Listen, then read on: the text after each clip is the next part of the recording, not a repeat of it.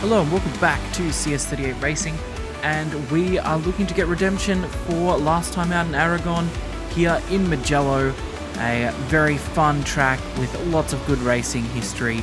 So let's jump straight down into the episode and have some fun. Okay, so we're ready for the Grand Prix of Italy in Mugello. Let's go straight down into qualifying and go through our fastest lap. So we did practice off screen and we managed to get through into the top qualifying, so that makes the weekend a heck of a lot easier. And just for the sake of time, I'm compiling this to my fastest lap in the qualifying session.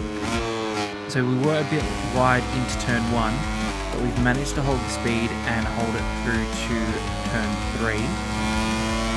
Back on the power, down this mini little break, if you want to call it that, into turn 4, flicking into turn 5, Borgo San Lorenzo corner. Down the hill now, very tricky braking marker for this, as you also got a little bit of off camber happening into this next turn, which pushes the bike out wide, but you can get nice sweeping lines through here. Now you don't want to come too close to the curb because it can unsettle you, but going too far away from the curb will also lose you quite a considerable amount of time, as we're trying to get the power on over the hill, downhill braking zone here in Mugello. Nice undulating hills in Tuscany here. Looks like someone's had a bit of an off here ahead of us, so we've got to factor in that hopefully they get back up to speed pretty quickly, otherwise it could be a little bit of a hindrance as we come through Correntaio corner. Flick through Biondetti 1 and Biondetti 2. Or just kissing the curbs there. You don't want to use too much curb, it can unsettle the bike and lose you quite a bit of time. So we can see that Munoz is obviously, I think, cruising a little bit here. I wonder if he's going to pull into the pits, considering he probably had a crash. No, he is not. Okay. So we're just going to keep ourselves nice and steady here, see if we can pick up any slipstream at all. Crossing the line with a 1:56.955, and that was fast enough to get second on the grid. Compared to last time out where we had a pole position, second is not too bad here in Mugello. Let's see what we can turn this into. So we are alongside Nepa, and Carrera is also, or Carpe, sorry, is also behind us. We're not off to a bad start. The Hondas are going strong here. We're going to get in the slipstream. We're looking to make a move through very easily there on Stefano Nepa. Bit of a twitch on the rear, so it could get us, put us in a position for the undercut, but we managed to hold the line. As I thought Nepa was going to come back through. I could sort of see him darting in the bottom half of the screen there.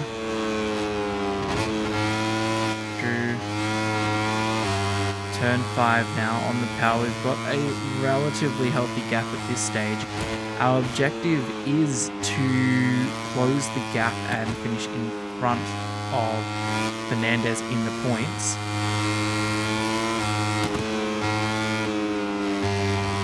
Come through Arrabbiata 1, follow into Arrabbiata 2.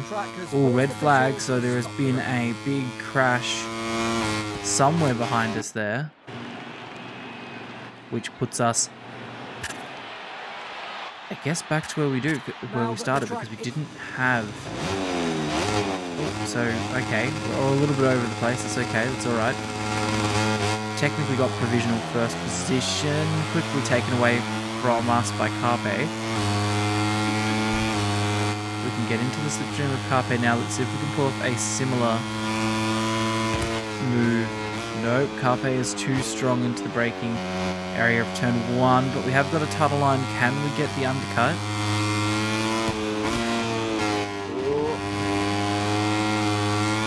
We are just chomping at the bit here. We probably don't need to be this aggressive. We could look at making a move elsewhere, but we got a good run down into turn 4. Defending now into turn 5. Oh, just on the curbs a little bit. It's going to lose us a little bit of drive. It will leave us open to attack into Casanova corner.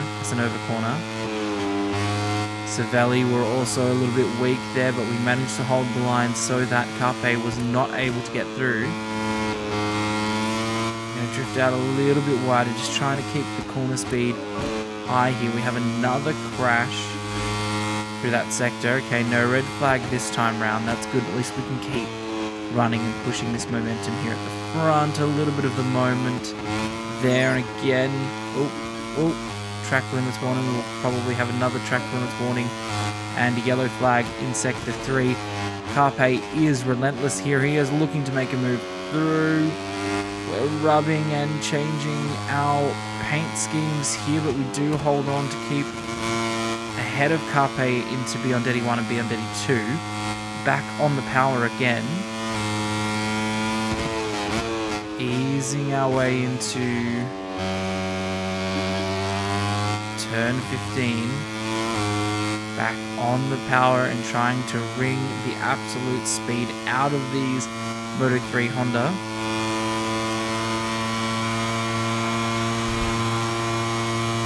Okay, we've got a little bit more breathing room here, about 6.5 tenths.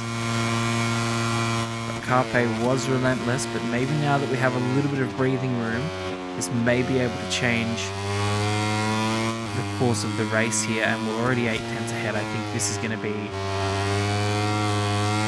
a good way for us just to manage the gap, try and get the gap to about 1 second and just manage the race from the front, because we don't want to get stuck in any of the shenanigans happening further behind us.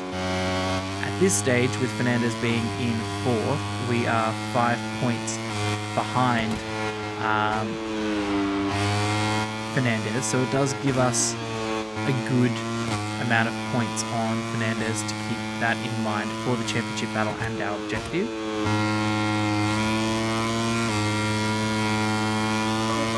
Oh, there's another crash. Something's happened with Quiles and Rueda.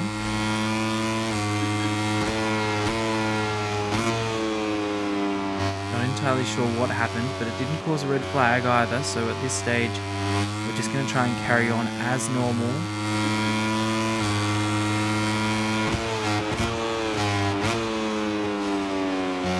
Very aware of the long lap penalty there. Another crash in sector 3, so we are dropping like flies. Our countryman Joel Kelso is out. Stefano Nepa is also out, the previous pole sitter of the start of the original race.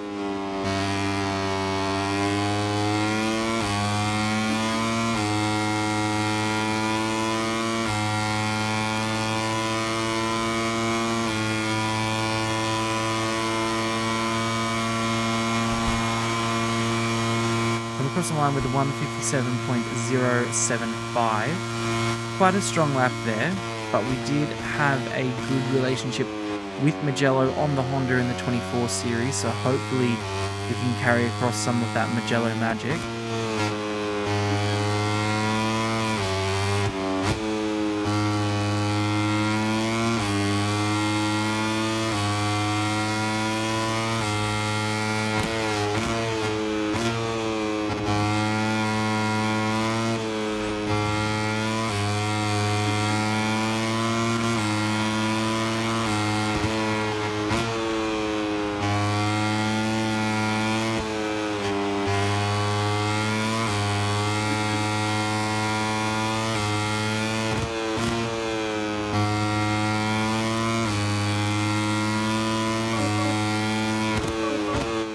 Crash between Ogden and Keras.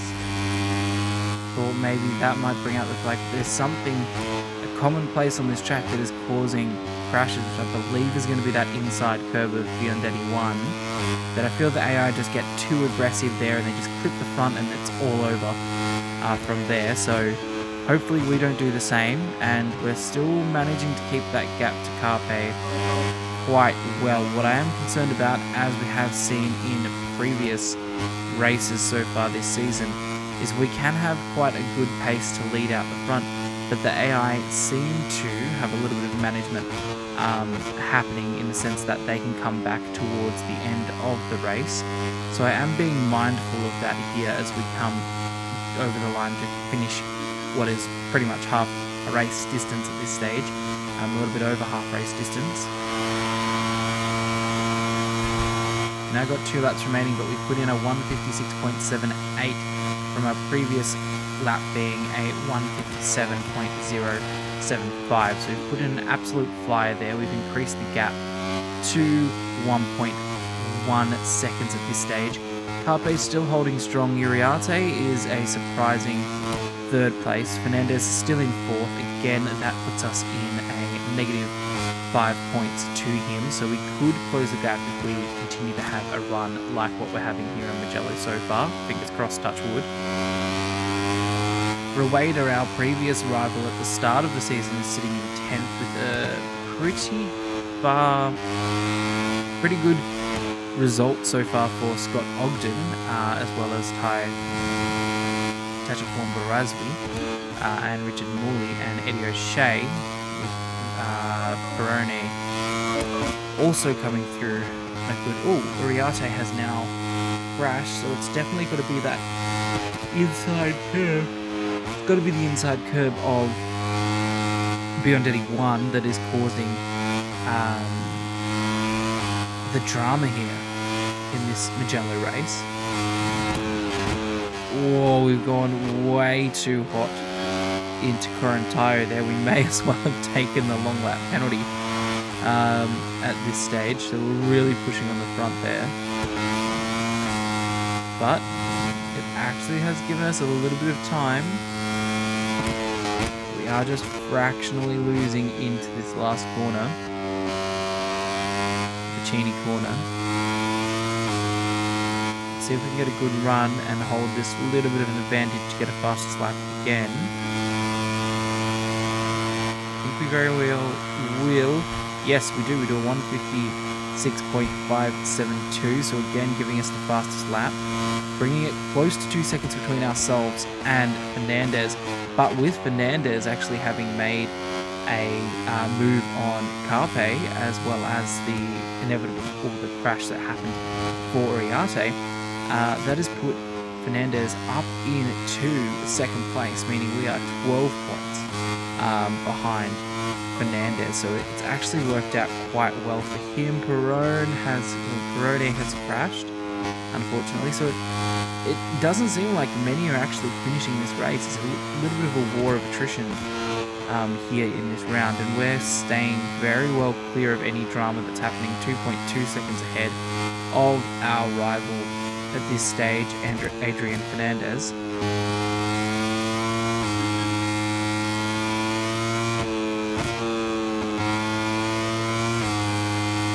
But this is a good... If we can solidify this result, it will make up for the sting that we felt in Aragon, losing out 1st place on the very last corner to Adrian Fernandez of most of our rivals, as well as, I believe, was it Munoz or one of the MSI helmet squad. Oh, Rueda has now crashed our early season rival. That puts our teammate Nicola Ferraro into 10th place, so that would be a really good position for him, being one team member being at the front of the field, and 10th is not a bad turnaround at this stage for the championship. But still, we have to make sure that we don't leave ourselves vulnerable to a last lap attack here from Adrian Fernandez.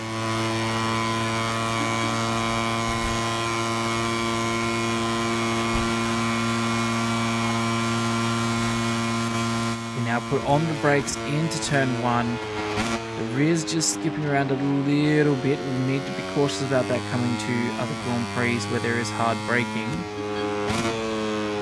Looking left through Luco. Right through Poggio Secco.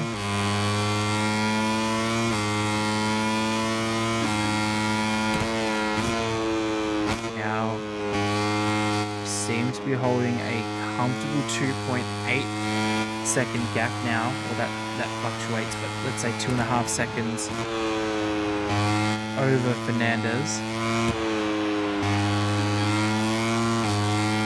On the power, you can feel the rear twitching and squirming as we ask for the power. Going through beyond DD1. Let's see if there is any crashes this time out. There is. It is Carraro. Carraro has gone down. That has distracted me a little bit as we run wide. For a second, I thought that may have been Fernandez, which could have changed the whole situation here, which means Eddie O'Shea could be on for a podium finish here, as well as Richard Moodley finishing 4th. That is a crazy result, I would say. No disrespect to those riders, but we don't normally see them in those positions battling for the podium. We come around now for the last little bit of this race, and it looks like we could get our redemption for the pain that we felt in Aragon as we look to put on the power. We come around the final corner onto the main straight, and we have solidified a absolutely impressive win here in Mugello. This is going to do very good for our championship hopes at this stage. As the Moto3 riders do their cool down. Okay, so as you can see, we did end up winning there. Fernandez was 2nd, Eddie O'Shea 3rd, Richard Mooley 4th, and Tachakwan Brasserie is 5th. Let's see how many actually finished. It was all people that finished in this race were point scorers, and I think that's quite rare for Moto3. I don't have the specific stats on me, but I think that's quite rare. So it's now ourselves 12 points off Fernandez at the front, Vaqueras in 3rd, and Munoz 4th, Rueda now in 5th. Puts us 2nd up from 3rd in the team's championship, 34 points away from Leopard Racing. That could be a pretty steep hill to climb. Okay, so thank you so much for watching this one. It was an impressive win off the back of a little sort of sting in Aragon, so make sure to thumbs up this video, subscribe to the channel. We can see that there's a little bit of engagement, so please, any love that you can share for the channel is much appreciated. Let's go into a debrief here to see where we could improve the bike.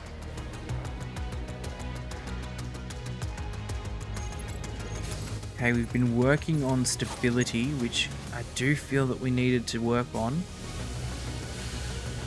So how did you feel the bike was? We've got, I'd like to talk about some areas that need work. I don't think I have anything in particular. Okay, so we're looking to, we've got between handling or engine power. We're going to go with some handling. Let's get some more handling, and we're going to need that for upcoming tracks like Sachsenring, those tight and twisty circuits. Okay, so thank you so much for watching, guys. Stay safe, have fun. See you on the next one. Don't forget to like, subscribe, and share. Check out the other videos here on the channel. Plenty of stuff coming out. Anyway, stay safe, have fun. See you on the next one. Bye for now.